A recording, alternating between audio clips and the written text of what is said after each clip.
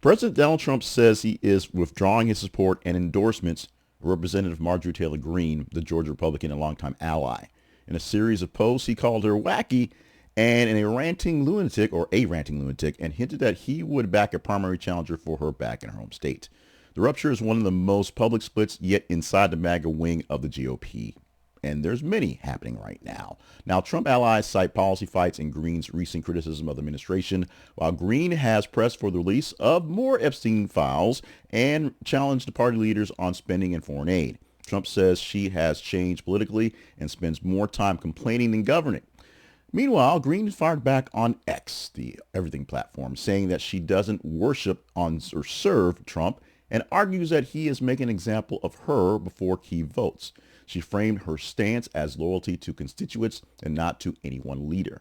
Her post suggests that she expects Trump to recruit an opponent against her, so she's getting ready for it. Split could reshape GOP primaries, especially in Georgia, where Trump's endorsement has carried many weights across many things in the past 10 years, even when he was not in office. It also exposes deeper divisions within foreign policy, also spending, and how to handle the Epstein files, which has been pretty much big across the GOP.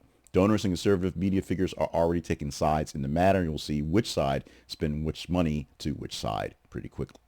Now, here's what you should be tracking along the lines for this one in particular. Whether Trump names or boosts a specific challenger for Greene herself, the House GOP leaders have to respond to this one, and they have been. And if Greene committee's roles and fund ratings actually change, they'll find a way to shift her away from more popular things. She had for a while been pushed from basically all committee meetings for just being loony and crazy. But this is now the boss, the big man, saying she's falling out of line. So she's falling out of line. Also watch how the rift will affect votes on spending, foreign aid, and any Epstein-related disclosure measurements that may come up fairly soon. Supporters say distancing from Greene could unite Republicans around clear priorities and reduce intra-party drama that distracts from governing. Greene has always been a polarizing figure, one of those folks that has been pretty much a label. Remember the beach blonde body butch thing, the Jasmine Crockett thing, things like that.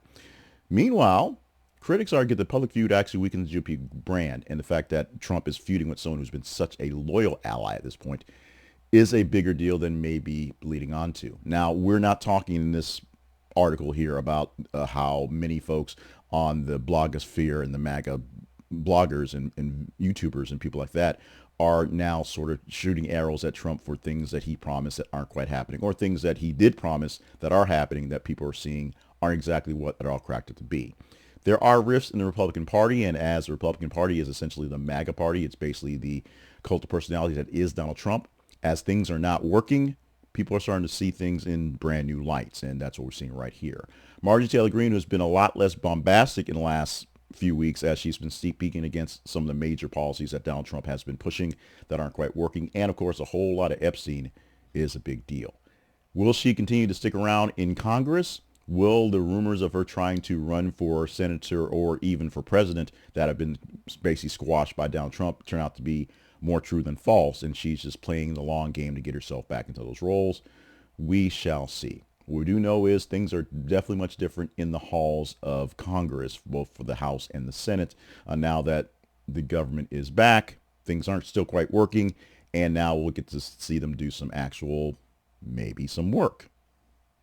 Maybe.